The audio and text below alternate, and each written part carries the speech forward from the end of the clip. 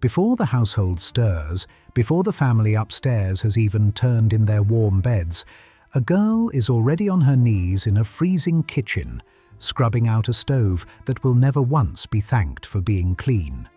This is the story of the hardest job in early Victorian London. A job done almost entirely by people whose names were never written down anywhere at all.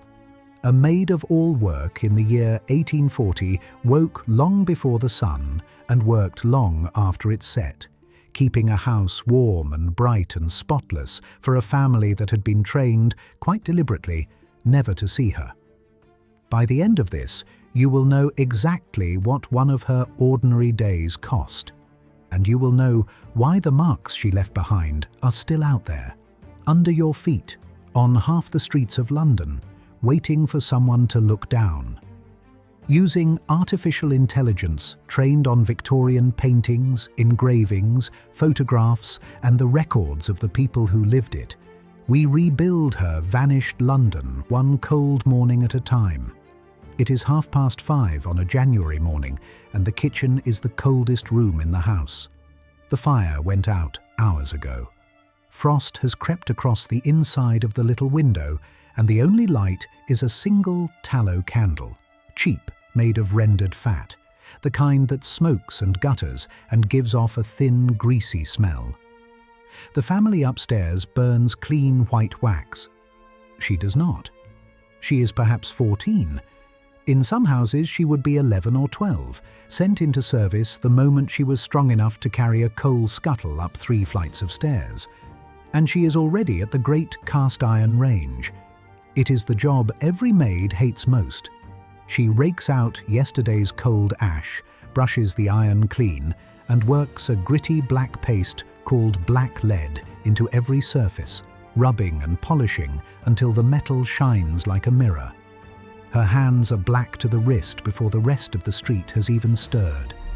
The working day is 20 minutes old. A child, in the cold, on her knees. I have to keep reminding myself that this was not unusual. This was simply Tuesday. That was the shape of every morning of her life. And to understand why a child knelt in the dark polishing someone else's stove, you have to understand the city around her. London in 1840 was the largest city the world had ever seen, close to 2 million people packed into a sprawl of brick and coal smoke and river fog, so heavy the gas lamps were sometimes lit at noon. The whole place ran on 2 things almost nobody talked about: coal and servants. Behind the elegant white stuccoed terraces of the rising middle classes, an entire hidden population of women and girls hauled and scrubbed and carried and cooked, so that the family at the front of the house could live a life that simply looked effortless. That was the point. The effort had a face, and the face was kept downstairs. Before any of them woke, she carried the cold up and the warmth down. She laid and lit the fires in every room the family would use, kneeling at each black dead grate in the dark, coaxing flame from coal and kindling, so that when the master and mistress finally came down, the house felt as though it had simply always been warm. That was the entire art of her work. Not to be thanked, not to be noticed, to make comfort appear out of nowhere, like weather. She emptied the chamber pots from every bedroom too, because there was no bathroom as you would know it. London in 1840 had no great network of sewers. That would not arrive for almost another 20 years. For now, the waste of the house drained into a cesspit in the ground, carted away after dark by men whose trade the history books are too polite to dwell on, and the smell of the city in summer was something you would not soon forget. She handled the least pleasant part of the household's day before most of its members had opened their eyes, and not one word of it was ever spoken aloud upstairs.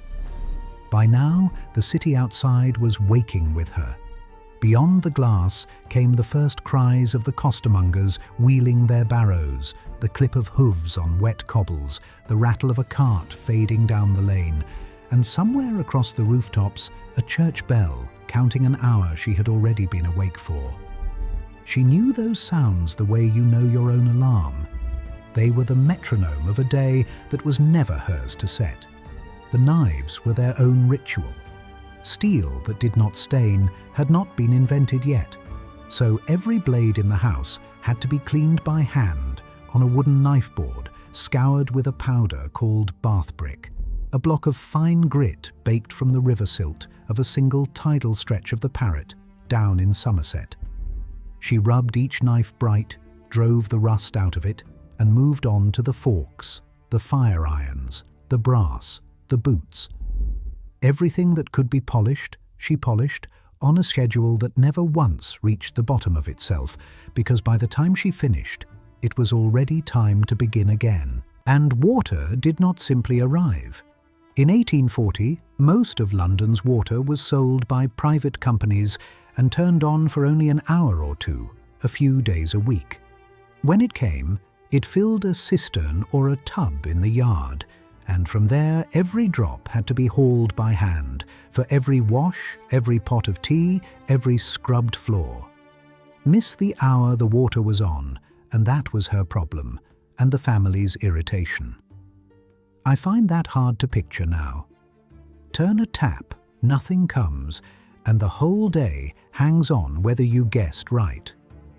By 7, the area was busy.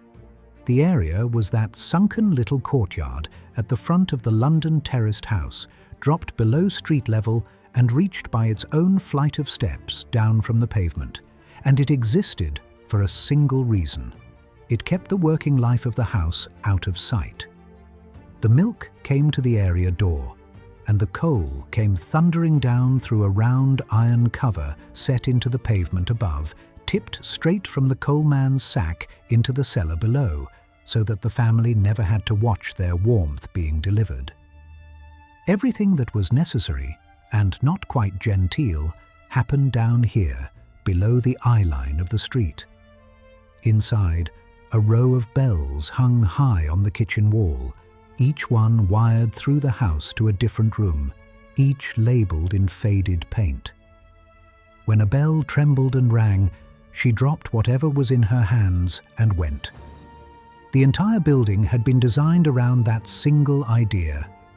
Back stairs for the servants, front stairs for the family, narrow passages that let her move from cellar to attic without ever once crossing the people she served. She saw everything about them. They were trained to see nothing of her. She was meant to move through their lives like a draught of air, felt only when she was missing. And here is where I plant my flag, because people do argue about this. In the very greatest houses, the ducal ones with 200 or 300 servants under a butler and a housekeeper, at least the labour was divided. The Maid-of-All-Work had no one.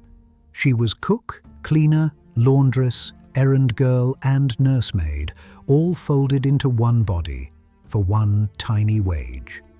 To me, that makes her the hardest worked person in the entire system, harder than any footman in his fine livery.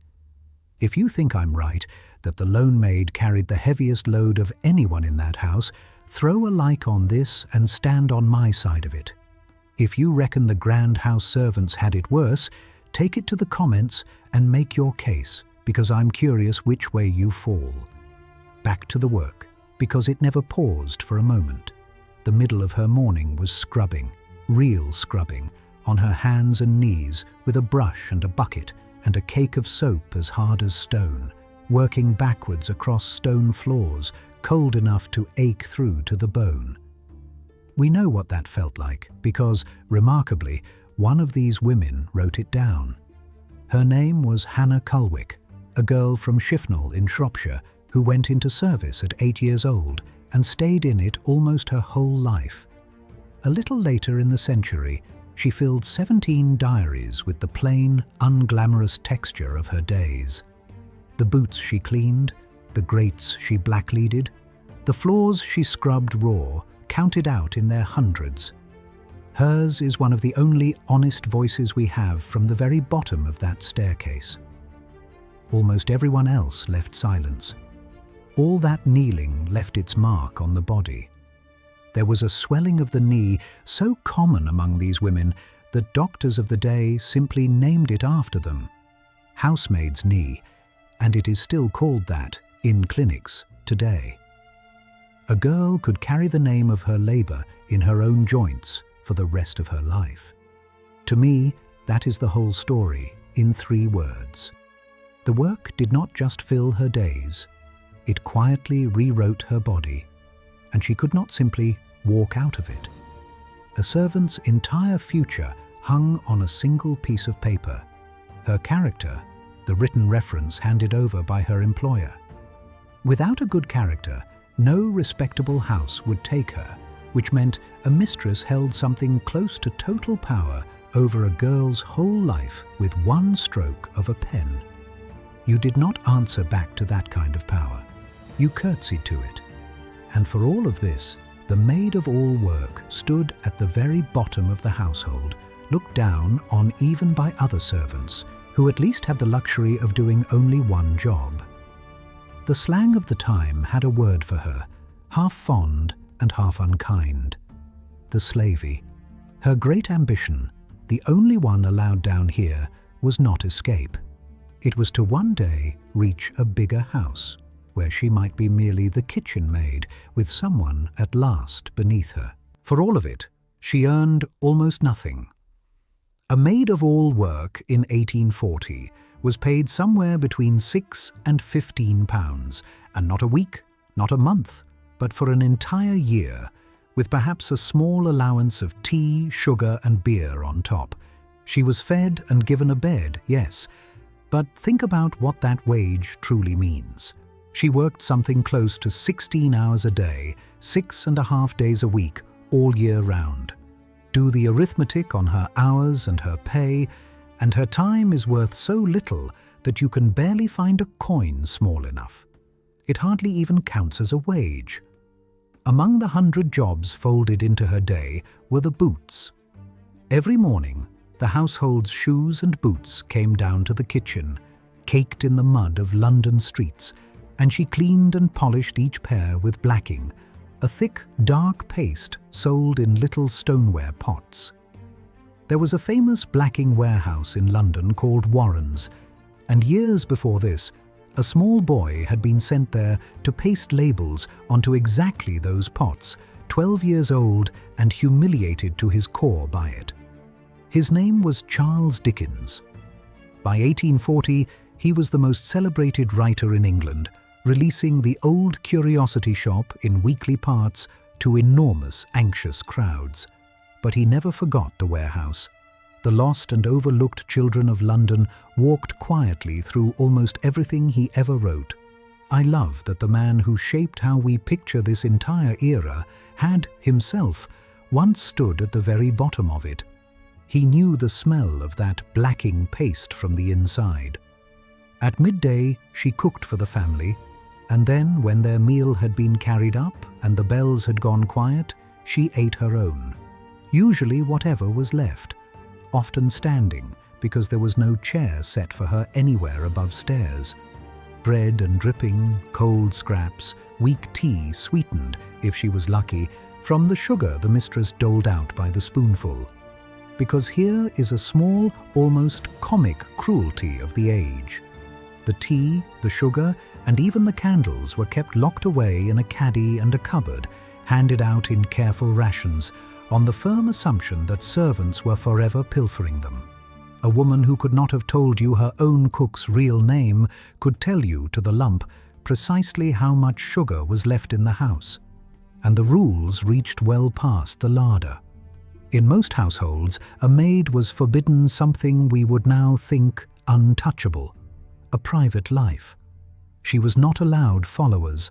A follower was a sweetheart, a young man come courting, and a maid caught with one at the area railings could lose her place that very afternoon. Some agreements barred her from marrying at all while she remained in service. Hold that picture for a second. A girl of 17, working 16 hours a day, told that the most ordinary human longing she might have was simply against the rules of the house. I have always wondered how on earth anyone managed to fall in love under those conditions, and yet they did, constantly.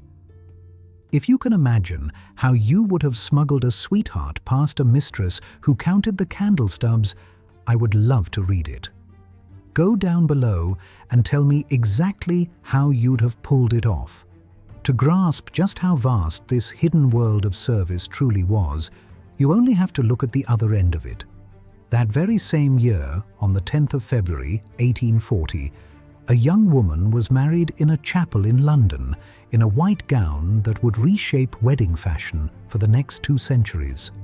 We still wear white in part because of her. Her name was Victoria.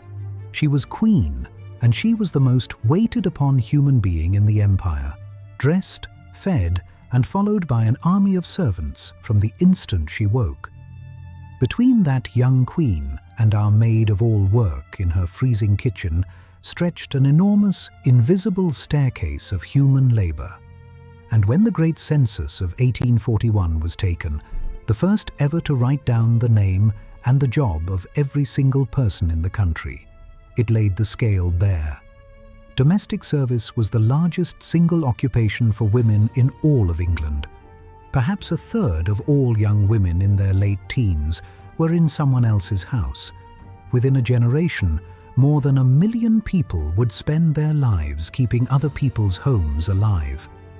It still amazes me that the same city, in the same year, could hold both of those lives at once and decide that only one of them was worth writing down. If the day I've described already sounds full, I have not even mentioned Mondays. Monday was Washday, and Washday was an ordeal all of its own. She lit a fire beneath the copper, a great fixed boiler in the scullery, to heat gallon after gallon of water, then soaked, boiled, scrubbed, wrung and mangled every sheet and shirt in the house by hand, before drying them however the grey weather would allow and pressing them flat with heavy irons heated on that same hated range. A single wash could swallow a whole day, sometimes 2, and it came round again every single week, for as long as she stayed in that house. Sit with that for a moment. The same body, the same raw hands, doing all of it, week after week, with no day that was ever truly her own. The one mercy in her week, if the house allowed it at all, was Sunday. After the morning's work, she might be given a few hours, sometimes only a single afternoon a month, to walk out, to go to church, to see her family if they lived near enough, or simply to stand in a park and feel the strange, unfamiliar shape of time that belonged, for once, to her. And then she walked back, through the same grey streets, down the same area steps, and went under.